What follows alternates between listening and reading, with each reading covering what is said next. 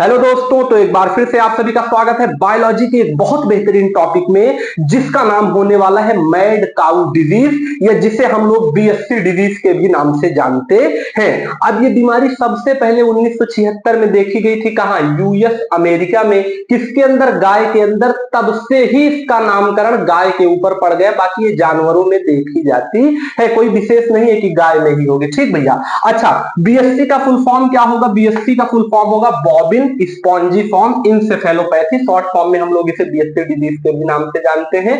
होता है प्रियॉन्स के कारण। प्रियॉन्स खुद क्या है? जैसे वायरस होता है, बैक्टीरिया होता है, वैसे ही प्रियॉन्स होता है। ठीक भैया। अच्छा, प्रियॉन्स क्या होता है? तो प्रियॉन्स एक सिंगल जेनेटिक मटेरियल होता है। इसके शरीर पे किसी भी प्रकार का कोई भी स्ट्रक्चर हमें देखने को नहीं मिलता, सिर्फ जेनेटिक मटेरियल होता है। और ये खुद बहुत खतरनाक इंफेक्शियस पार्टिकल है। एबनॉर्मली इसका शेप होता है, किसी भी शेप का इसका जेनेटिक मटेरियल हो सकता है, और कॉम्प्लेक्स प्रोटीन से बना होता है। तो सबसे बड़ी दिक्कत क्या है कि इसमें रेप्लिकेशन करने की क्षमता बहुत ज्यादा होती है, इसीलिए रेप्लिकेशन करता है और जिस भी पार्ट पे जाएगा उसे पूरी तरीके से खा खा के डाइजेस्ट कर देगा।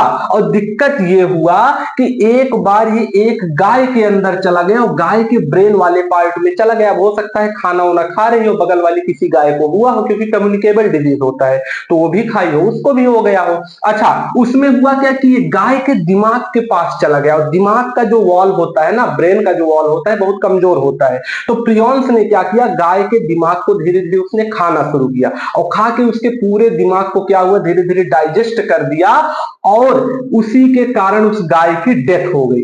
अब दिक्कत क्या हुआ? अब विदेशों का चलन था, एक गाय में हुआ तो दूसरे में हो गया, दूसरे में हुआ तीसरे में हो गया। तो वहां के लोग खाते हैं गाय का मांस, बैल का मांस, जिसे हम लोग बीफ कहते हैं। ठीक भैया। तो क्या हुआ? जब किसी इंसान ने उसी बीमार वाली गाय के ब्रेन के पार्ट को खाया होगा, तब जो प्रियॉन्स था वो उससे इंसान में चला गया, और इंसान में इसी बीएससी डिजीज को हम लोग कहते हैं सीआर जैकब डिजीज। तो इंसानों में सिर्फ और सिर्फ उस अंग को खाने से आता है। बाकी अगर मान लीजिए गाय बीमार है, कोई देखभाल कर रहा है, तब नहीं होगा। ये सिर्फ जानवरों से, जानवरों में हो सकता है। तो इसको बहुत कायदे से समझिएगा। ठीक। उसके बाद क्या है? उसके बाद है क्या? ये न्यूरोलॉजिकल डिजीज है, क्योंकि दिमाग पे असर करता है।